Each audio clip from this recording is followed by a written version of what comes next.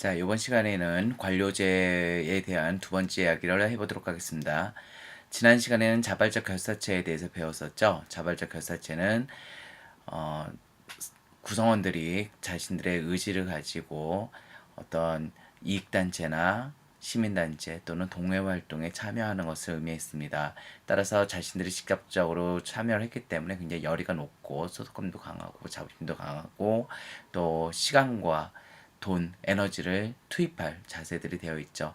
또한 대단히 중요한 것이 뭐냐면은 다른 집단과는 다르게 일차 집단의 성격이 강하다는 것입니다. 사람들은 어떤 업무 때문에 만난 관계들이 아니기 때문에 사람들은 더욱더 친밀한 관계들을 가질 수 있겠죠. 그래서 점차 증가하는 형태입니다. 자, 그 다음엔 관료제에 대해서 배웠습니다. 관료제라고 하는 것은 나쁜 것은 아니었어요. 관료제라고 하는 것은 베버가 얘기하기에 합리주의 이적으로 근대화가 되는 과정에서 나타난 특징이라고 본 것이죠.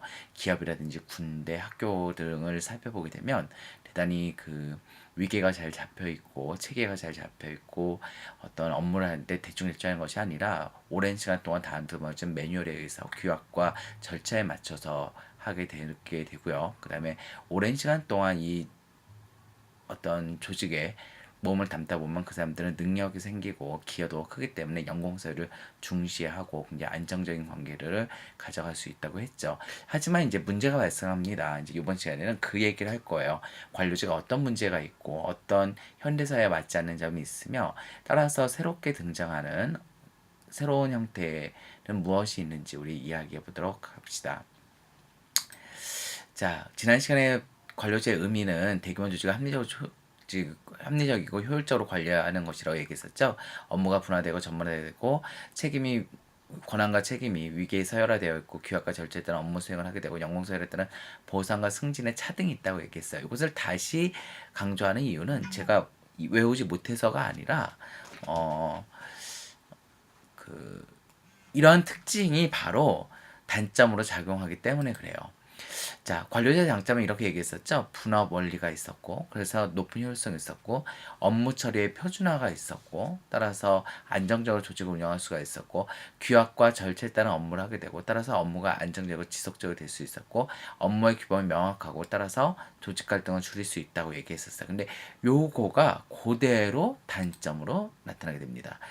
자, 규약과 절차에 따라서 업무를 하다 보니까 사람들이 창의적이거나 급한 일에 대해서 긴급하거나 새롭게 나타나는 현상에 대해서 빠르게 적용하지 못해요. 그러니까 업무 처리가 표준화되어 있다 보면 경직성에 문제가 생기게 되고요. 또 규약과 절차를 따르지 않으면 책임을 져야 돼요. 왜 그러지 않았냐고 하다 보니까 내가 왜 그러한 절차와 규약에 따라야 되는지는 사라져 버리게 되고 오로지 뭐밖에 남지 않아요? 규약과 절차만 남아서 오로지 규약과 절차만 따랐느냐 따르지 않았느냐를 따지는 현상이 나타나게 돼. 그래서 우리는 목적 전도 현상 또는 목적 전치 현상이라 얘기합니다. 그래서 이제 목적 전치 현상은 그 관료제 폐해를 얘기할 때 가장 중요한 많이 나오는 겁니다. 그 내용하고 비슷한 부분이 이거죠. 업무 처리가 표준화되어 있다 보니까 이제 규약과 절차에 따라서 표준화되어 있다 보니까 새롭게 등장한 어떤 일에 대해서 대체할 수 있는 능력이 떨어지는 경우들이 생긴다는 거죠. 또 분업을 강조해요. 그렇죠? 그러다 보니까 재미가 없어요. 재미가 없고 자동차 하나를 만들었다 하더라도 내가 기여한 것은 굉장히 적죠. 따라서 내가 만든 자동차가 아니에요. 그렇죠? 나는 오로지 바퀴만 달았을 뿐이죠. 이러면서 인간 소외 현상이 발생하게 되기도 하고요. 사람들은 오로지 일에만 초점을 맞출 뿐 관계들이 형성되지 않는 경우들도 생기게 돼요. 또 신분이 보장되고 연공서열을 강조한다는 것은 되게 좋아요. 쫓겨나지 않고 나이가 들수록 대우를 받고 오랫동안 일을 할수록 인정을 받는다는 거. 따라서 되게 생활을 안정적으로 될 수 있었어요. 하지만 내가 열심히 노력하지 않아도 대우가 좋아지게 되고 인정을 받게 되니까 무사 안일주의에 가겠죠. 우리 뭐 복지 부동 이런 얘기 하잖아요. 땅바닥에 바짝 엎드려가지고서 전혀 움직이지 않는 이런 모습들을 보여주기도 합니다. 자, 관료제 문제 대표적인 것들 이제 나와 있는데, 이거 뭐 병원이 이제 나와 있는데 병원이 관료제 문제를 갖고 있다 뭐 이렇게 얘기한 건 아니 그렇게 얘기할 필요는 없을 것 같아요. 저도 이제 병원에 많이 아이들 때문에 입원도 하고 응급실에도 가보면 이거보다 더 체계적이고 바람직하게 할 수 있는 방법이 뭐가 있을까? 라고 생각을 하더라도 굉장히 오랜 시간 동안 가장 효율적인 방법을 매뉴얼을 만들어 놨을 거예요. 따라서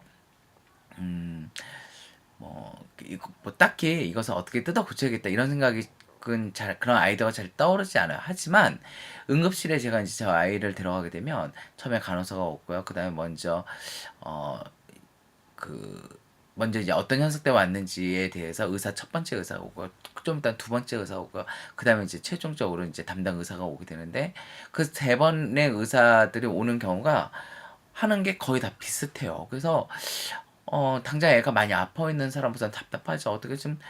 어떻게 다르게 빨리빨리 좀 뭔가 했으면 좋겠는데 그렇지가 않아요. 또 애를 데리고 놔둬놓고는 저희 가서 수납을 끊어오라고 하고 이제 애는 아파 죽겠는데 병원에 혼자 있는데 수납을 떼어오면은 이제 뭔가 처리가 되고 뭐 끝나고 이 과정이 굉장히 복잡하죠. 그래서 이제 애는 굉장히 아프고 속상하고 빨리빨리 뭔가 됐으면 좋겠는데 그 절차가 복잡해가지고 오히려 효율성에 떨어지는 현상이 나타나기도 합니다. 이런 것을 목적 전치 현상이라고 하고요.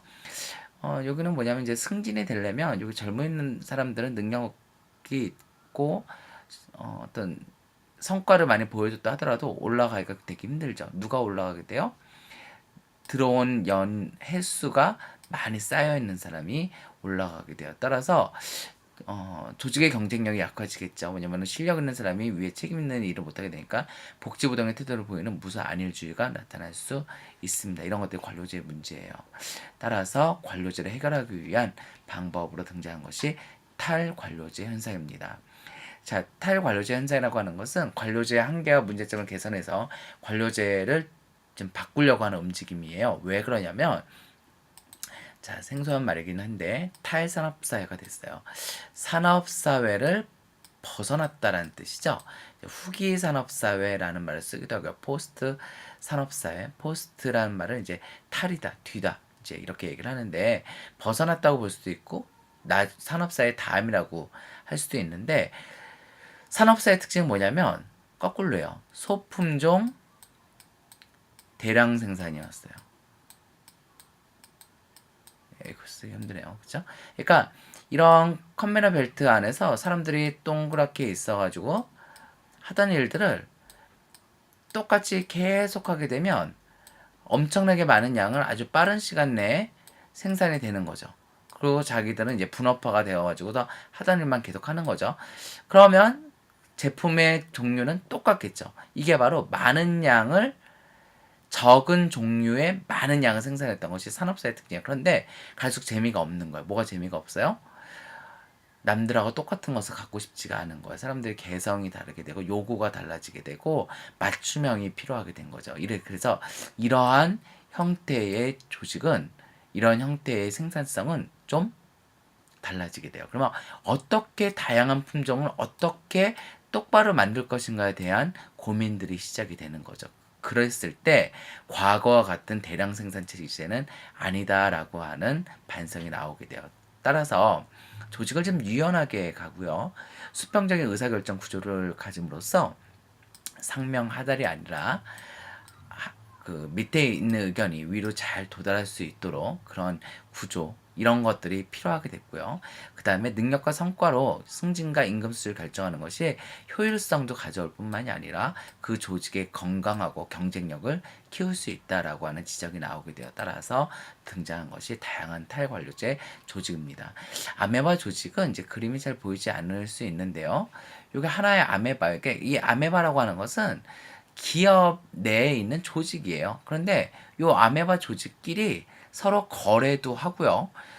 경쟁도 하고요. 도와주기도 하고요. 협조도 하는 거야. 마치 하나의 기업체들처럼요. 그래서 만약에 뭐 영업팀에서 펜이 필요하다 그러면 옛날에는 기재부에서 그냥 이렇게 줬는데 펜을 기재부에서 사와야 되는 거죠. 그러면 협상을 해야 되냐. 어떻게 싸게 사와야 될 것인가. 그래서 싸게 사오게 되면은 이 영업팀의 실적이 올라가겠죠. 싸게 사왔으니까. 이제 이런 식의 것들을 통해 가지고 그 운영하는 체제라고 해요. 그리고 또 쉽게 분열되고 또 결합이 되고 만들어지고 하는 유연한 조직. 이것을 이제 아메바 조직이라고 합니다. 네트워크형 조직은 여기 보면 이제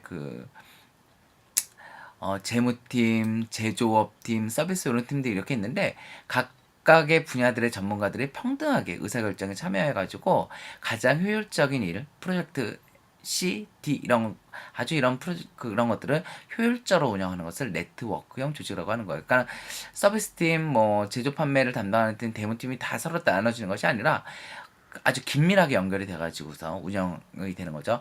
팀 조직은 특정 과업이 발생을 했을 때 그 과업을 수행하기 위한 가장 집단의 전문가들이 모여서 팀의 목표를 달성하는 조직이죠. 심포니 오케스트라형 조직은 하나라도 이제 빠지게 되면 소리가 잘 안 나잖아요. 모든 구성원들이 협동하고 동등한 입장에서 각자의 역할에 책임을 지는 조직이라고 합니다. 이제 이런 것들이 바로 다양한 탈관료제 조직이라고 할 수가 있습니다. 장점은요, 자유로운 의사소통이 가능하죠. 그리고 신속한 업무 처리가 가능해요. 또 빨리 만들었다가 빨리 사라지기도 하고 이래요. 그리고 능력과 성과 중심 인사로 효율성을 증대할 수 있습니다. 그러나 조직원들의 신분 보장이 약화가 돼요. 나이가 많아서 쫓아가기가 어려운 사람들은 이제 물러나야 되는 경우도 생기겠죠. 미래 예측과 조직의 안정성에 떨어져서 개인의 심리적 부담은 증가할 수 있습니다. 자, 여기까지 하겠습니다. 수고 많이 하셨습니다.